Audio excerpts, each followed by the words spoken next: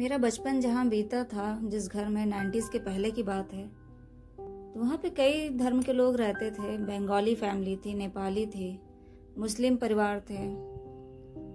तो जब तक सबके हस्बैंड नहीं आ जाते थे, सारी लेडीज़ बैठ के बातें करती थी। बच्चे अपना खेला करते थे, क्योंकि इंटरनेट और मोबाइल का बवाल तब नहीं था। तो सब बैठ के आपस में शाम को सब किस्से कहानियाँ शेयर करते थे।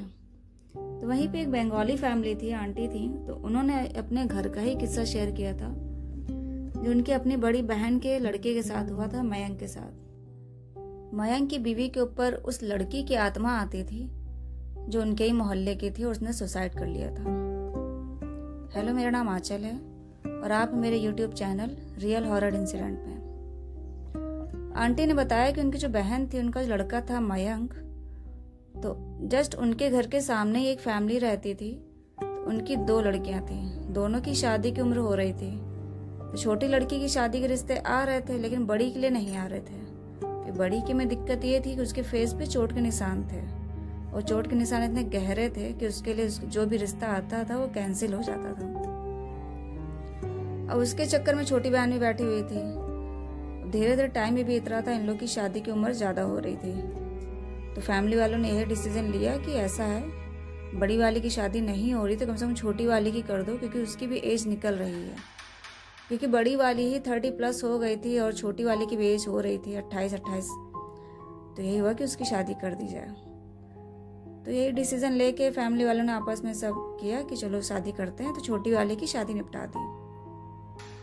अच्छा, ये बात उसको पता थी, उसकी जो बड़ी बहन थी, सुधा नाम था उसका, तो उसको ये चीज पता थी कि उसके चेहरे के कारण उसकी शादी नहीं हो रही है और उसके रिश्ते सब कैंसिल हो रहे हैं। जब बहन की शादी होगी तब उसको और नजर मिलाने में शर्म आती थी मोहल्ले में, कि उसके चेहरे के चक्कर में उसकी शादी नहीं हो रही है। देखो, बहन खूबसूरत थी, अच्छी थी, उसकी शादी हो गई।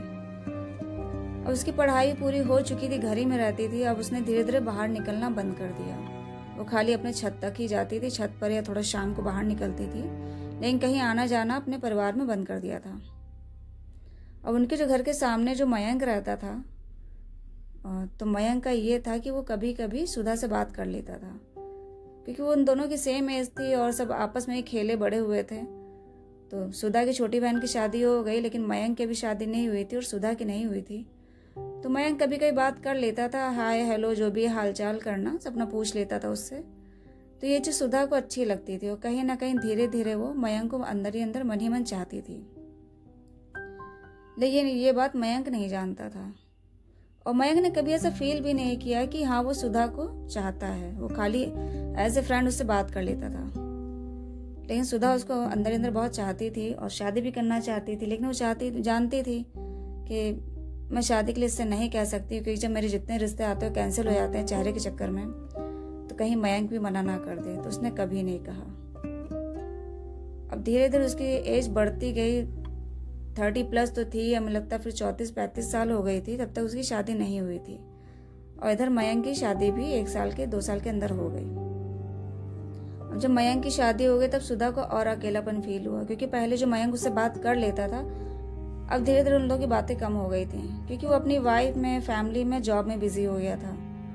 पहले सुधा कभी कभी उसके घर चली जाती थी, साथ में बैठ के बातें कर लेती थी, लेकिन उसकी शादी के बाद उसने उसके घर भी जाना बंद कर दिया। अब मयंक की शादी को भी 1 साल हो गया और सुधा अपने घर पे ही बैठी थी। उसको बहुत खराब लगता था कि उसकी सारी सहेलियों की भी शादी हो गई, उसकी बहन की भी शादी हो गई, मयंक की भी शादी हो गई, लेकिन उसकी शादी नहीं हो रही है। लेकिन 1-1.5 साल उसकी किस्मत ने भी बाजी मारी और कहीं ना कहीं रिश्ता आ गया। लेकिन वो रिश्ता भी ऐसा था कि सुधा को पसंद नहीं आया, क्योंकि वो अधेड़ उम्र का आदमी था।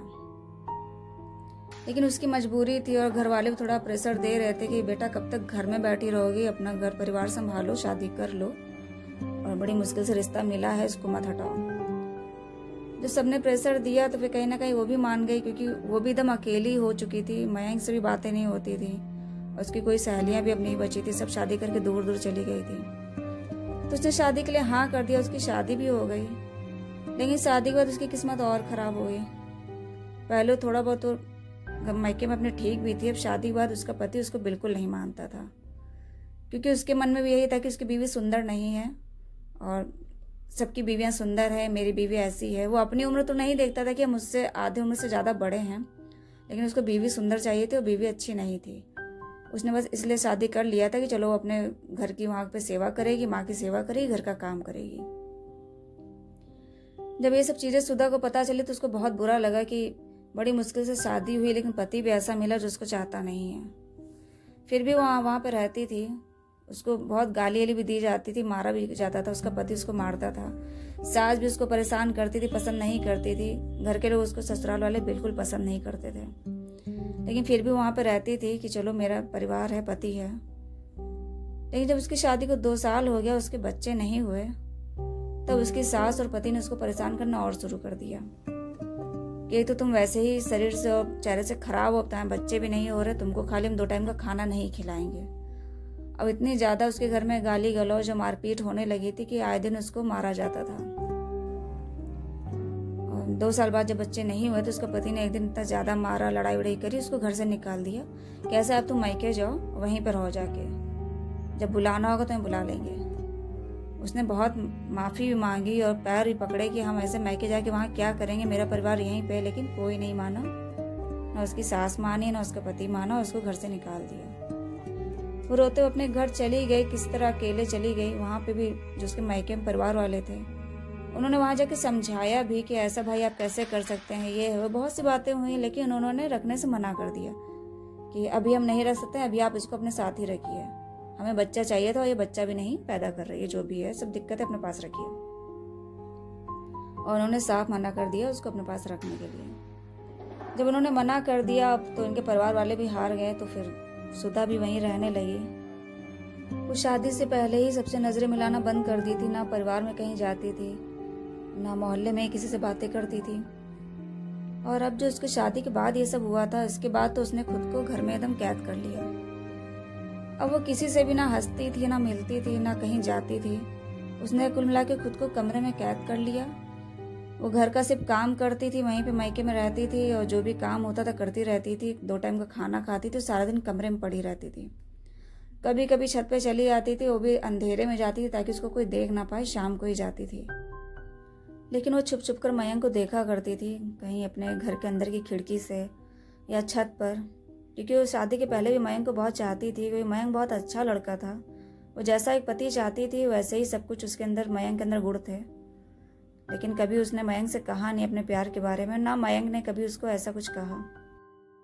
एक दिन वो शाम को छत पर बैठी थी कि तभी छत पर मयंक भी आया। तो वो सुधा को देखकर बहुत खुश हुआ और बोला भी कि तुम कब आई, अरे अब तो तुम दिखती ही नहीं हो, और कब आई थी। तो सुधा ने बताया कि हाँ मैं आ गई थी, कई दिन हो गए हैं। लेकिन उसने ये नहीं बताया कि उसके साथ ससुराल में क्या क्या अत्याचार हुए हैं, क्या सब दिक्कतें हुई हैं जिसके कारण वो यहाँ पे मायके में आई है। क्योंकि वो बाहर निकलती ही नहीं, तो मोहल्ले में ज्यादा लोगों को पता भी नहीं था कि इनकी बेटी घर पे ही है। तो मयंक बहुत खुश हुआ, उससे बातें करने लगा और थोड़ी देर ही बातें किया होगा। तो मयंक ने कहा सुधा आओ तुम घर आओ, यहीं पे यहीं बैठ के बातें करते हैं, और मुझे पूछना है तुम्हारे साथ ससुराल में कैसा रहा, सब कैसे चलता रहा। तभी सुधा खड़ी हुई थी आने के लिए कि उसके पीछे से उसकी बीवी आई और उसका मयंक का हाथ पकड़ते हुए ले चली कि चलो मैंने तुम्हारे लिए कुछ बनाया है और चलो नीचे चलो तुम्हें दिखाती हूँ, और उसको घसीटते हुए ले गई। अब सुधा को इस जगह पे ये खराब लगा कि मयंक ने उसको बुलाया, लेकिन उसकी वाइफ उसको पकड़ते हुए ले गई। तो मयंक ने एक बार पलट कर उसे देखा नहीं कि वो पीछे खड़ी इंतजार कर रही है। वो वहीं पे खड़ी देखती रहे, लेकिन मयंक एक बार भी छत पे दोबारा नहीं आया, वो नीचे चला गया। अब सुधा वहां पे रात भर बैठी रही सन्नाटे में अकेले कि मयंक अब आएगा अब आएगा, क्योंकि उसके अंदर का जो प्यार था मयंक के लिए कभी खत्म ही नहीं हुआ। उसकी शादी तो हो गई थी, लेकिन मयंक को वो हमेशा चाहती थी। वो रात भर बैठी रही तो नीचे उसकी मम्मी ने भी आवाज लगाई कि आज तुम छत पर ही बैठी रहोगी क्या, चलो आओ नीचे खाना खा लो। लेकिन वो नहीं सुनी, बैठी रही। और नीचे पूरी फैमिली ने खाना भी खा लिया, सब लेट भी गए। वो जब रात में अंधेरे में उठी है, नीचे गई है और उसने खुद को कमरे में बंद कर लिया। तो उनकी मम्मी की आवाज़ भी खुली कि कमरा खुला है, बंद हुआ है। तो उठी भी और आवाज़ लगाई सुधा तुम्हें खाना नहीं खाना है क्या, चलो थाली में खाना निकला रखा है खा लो। तो अंदर से बोली मुझे खाना नहीं खाना है, भूख नहीं है। तो उन्होंने कहा अच्छा ठीक है, जब भूख लगी खा लेना है, रखा है। वो कुछ नहीं बोली और वो कमरे में खुद को बंद कर ली। आधी रात का ही वक्त बीता होगा कि तभी पूरी फैमिली को एकदम से चीखने चिल्लाने की आवाज़ें आने लगी छत से, कि कोई बहुत दर्द से चीख रहा है, चिल्ला रहा है। तो तभी सबकी जब आँख खुली तो भागते हुए छत पर गए, तो वहाँ सामने का नज़ारा देख के सबकी आंखें दंग रह गईं। वहाँ सुधा ने खुद को आग लगा लिया था और जब तक ये लोग कुछ समझ पाते, कुछ करते, आग बुझाते, उसकी बॉडी काफ़ी जल चुकी थी। और शोर शराबा सुन के, इनके परिवार का, सुधा की चीख सुन के मोहल्ले वाले भी सब जग गए थे, आसपास के लोग। और सामने मयंक की फैमिली बाहर निकल आई थी। मयंक भी निकला और वो भी भागते उनके घर पे गया। उसने सुधा का हाथ पकड़ा और चिल्लाया भी कि ये तुमने क्या कर लिया, ये क्या हुआ। और सुधा ने उसकी तरफ देखा और आंखें उसकी बंद हो गई। जल्दी ले लो लेके हॉस्पिटल भी भागे हैं, लेकिन इतना ज़्यादा वो जल चुकी थी कि हॉस्पिटल पहुंचने से पहले ही वो ख़त्म हो गई। यहाँ पे सुधा की लाइफ ख़त्म हो गई। कोई कुछ समझ ही नहीं पाया कि अचानक से इसने ऐसा क्यों किया। मायके वाले भी नहीं समझ पाए थे। ये पता था कि वो परेशान थी, ससुराल में उसके मार पीट ये सब चीज़ें होती थी, ज़्यादा परेशान थी, लेकिन इस तरह से वो खुद को आग लगा लेगी ये कोई नहीं समझ पाया। तब उनके ससुराल वाले भी दूसरे दिन आए और सब जो भी उसका अंतिम क्रिया सब किया गया। अच्छा, उसके मरने के 1 महीने बाद मयंक के परिवार में हलचल शुरू हो गई। उसके घर में कुछ पैरानॉर्मल एक्टिविटीज होने लगी। अब उनके घर वाले समझ नहीं पा रहे थे कि अचानक से उसे हरकतें कहाँ से होने लगी हैं, क्या हो गया उसके घर में। अब उसकी वाइफ में बड़ा बदलाव आ रहा था। उसकी जो बीवी थी अच्छी थी, वो उसका मायका और ससुराल दोनों उसको मानते थे। मोहल्ले में सब उसको अच्छे से जानते थे कि वो अच्छी लड़की है। उसका पति भी उसको प्यार करता था, मयंक भी। लेकिन अब उसके अंदर इतने ज़्यादा बदलाव आ रहे थे कि मयंक उसको आवाज़ लगाता था, ममता ममता, तो वो सुनती ही नहीं थी। तो कई बार उसने कहा भी कि मैं तुमको इतनी देर से आवाज़ लगा रहा हूँ, तुम सुनती क्यों नहीं हो। वो कहती थी तुम मुझे मेरे नाम से बुलाओ, तुमने मुझे आखिरी टाइम बुलाया था, तुम मुझसे मिले नहीं। तो वो शॉक्ड हो गया, तुम्हारा क्या नाम है? तुम्हारा नाम तो ममता ही, और क्या नाम है? तो उसने कहा नहीं, मेरा नाम ममता नहीं है, तुमने मुझे आखिरी टाइम बुलाया था, तुम मुझसे मिले नहीं। और इस तरह से उसकी हरकतें बदलने लगी थी। काफ़ी बदलाव उसकी बीवी के अंदर आने लगे। अब मयंक समझ नहीं पा रहा था कि आखिर वो अपना नाम दूसरा नाम क्यों बताती है। मतलब वो अपना नाम नहीं बताती थी, वो खाली कहती थी कि याद करो तुम्हें मेरा नाम पता है। अब वो सोचता भी था कि इसको हो क्या गया, ये अपना नाम नहीं बताती है, उसकी जगह दूसरा नाम कहने के लिए कहती है। और एक दिन ऐसी रात में मयंक सो रहा था, तो आधी रात को उसकी आंख खुली, देखा ममता उसको घूर रही है। तो उसने देखा, उसने कहा कि आज तुम्हें नींद नहीं आई, तुम सो क्यों नहीं रही हो और देख क्यों रही हो उस तरह से। वो कुछ बोली नहीं, बस घूरती रही। अब ये आए दिन होने लगा। जब भी मयंक की आधी रात को आंख खुलती थी तो वो देखता था ममता कहीं खिड़की के पास बैठी उसे घूर रही है, कहीं उसके चेहरे के सामने एकदम कुर्सी डाल के बैठी है, कहीं बेड पर ही बैठी है तो उसको एकदम देख रही है, घूरती जा रही है। अब ये चीज़ मयंक को भी खराब लगता था, उसको भी अटपटा लगता था कि आधी रात को उठ जाती है, घूरती रहती है।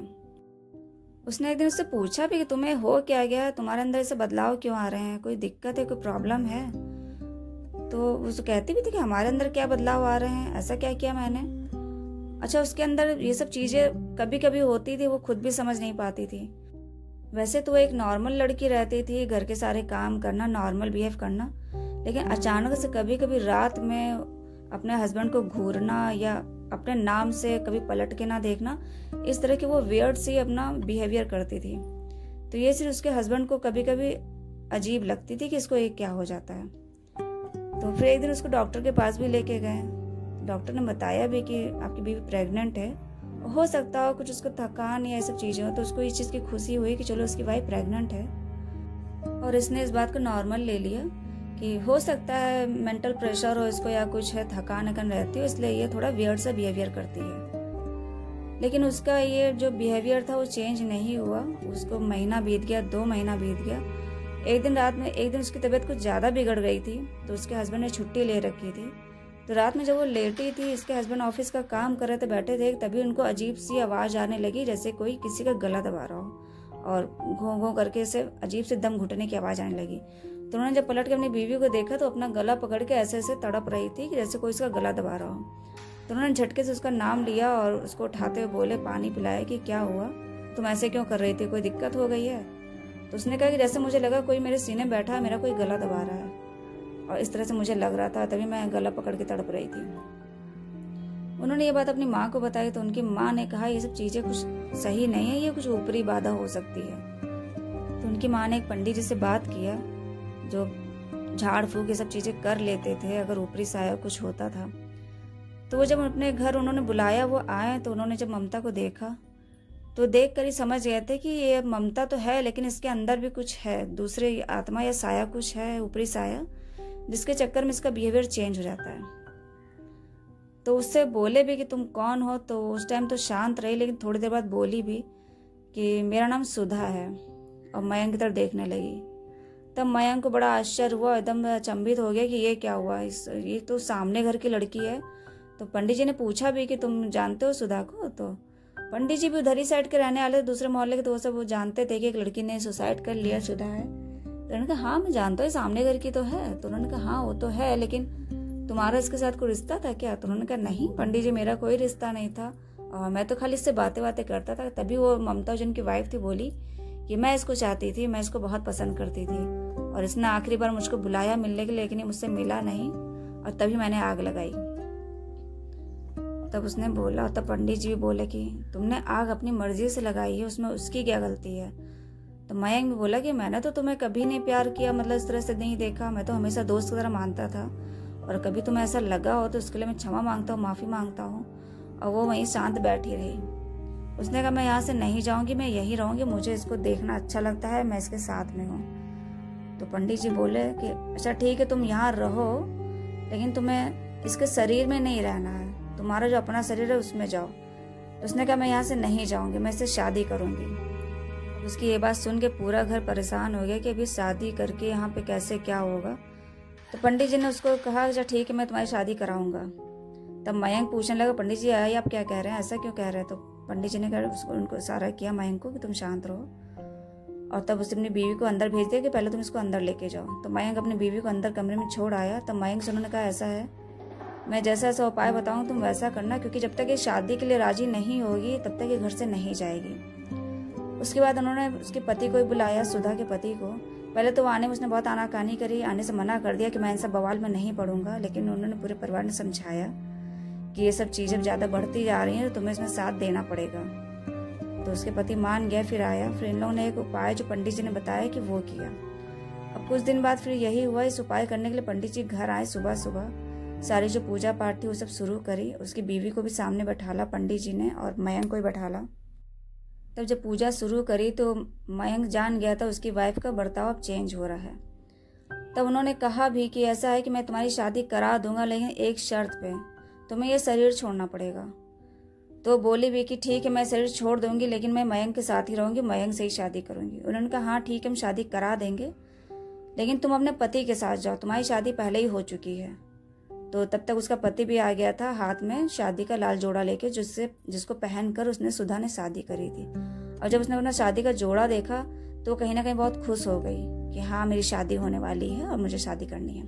तो पंडित जी ने कहा ठीक है तुम्हें यही जोड़ा पहनना है, शादी करनी है, लेकिन पति तुम्हारा मयंक नहीं होगा, तुमने जिससे शादी करी थी पति तुम्हारा वही रहेगा, और तुम्हें ये शरीर भी छोड़ना पड़ेगा, ये शरीर तुम्हारा नहीं है, तुम्हारा शरीर जहाँ था तुम वहां जाओ। तो वो बोली भी सुधा कि मैं किसी को परेशान करने नहीं आई हूँ, मुझे अगर परेशान करना होता तब तक मैं इतने महीने से यहाँ पे इस घर में हूँ, सबको परेशान करती, लेकिन मैं सिर्फ मयंक के लिए यहाँ पे हूँ, मयंक के साथ ही रहूंगी, उसे शादी करूंगी। तो पंडित जी ने कहा ठीक है तुम पहले शादी करो, पहले जाके मयंक आ जाएगा। तो वो शादी के लिए राजी हो गई। उसने ठीक है मैं शादी कर लूंगी, लेकिन मयंक को मेरे साथ भेजो। तो उसने कहा मयंक बाद में आएगा, पहले तुम जाओ।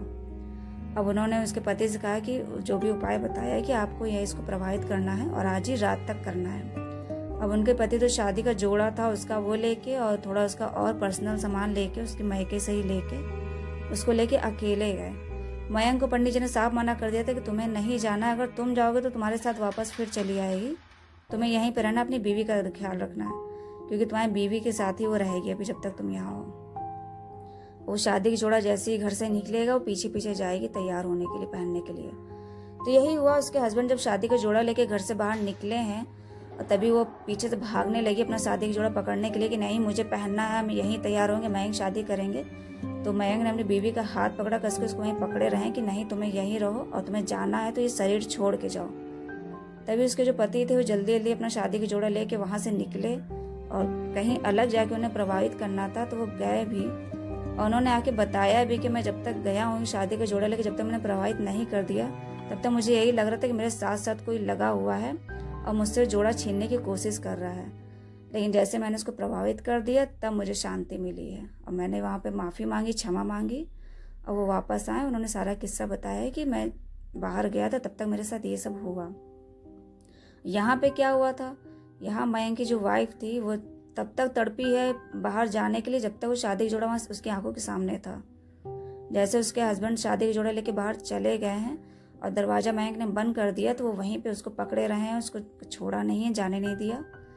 और जो उसकी बॉडी थी वो शांत हो गई, अपना वहीं पे शांति से बैठ गई।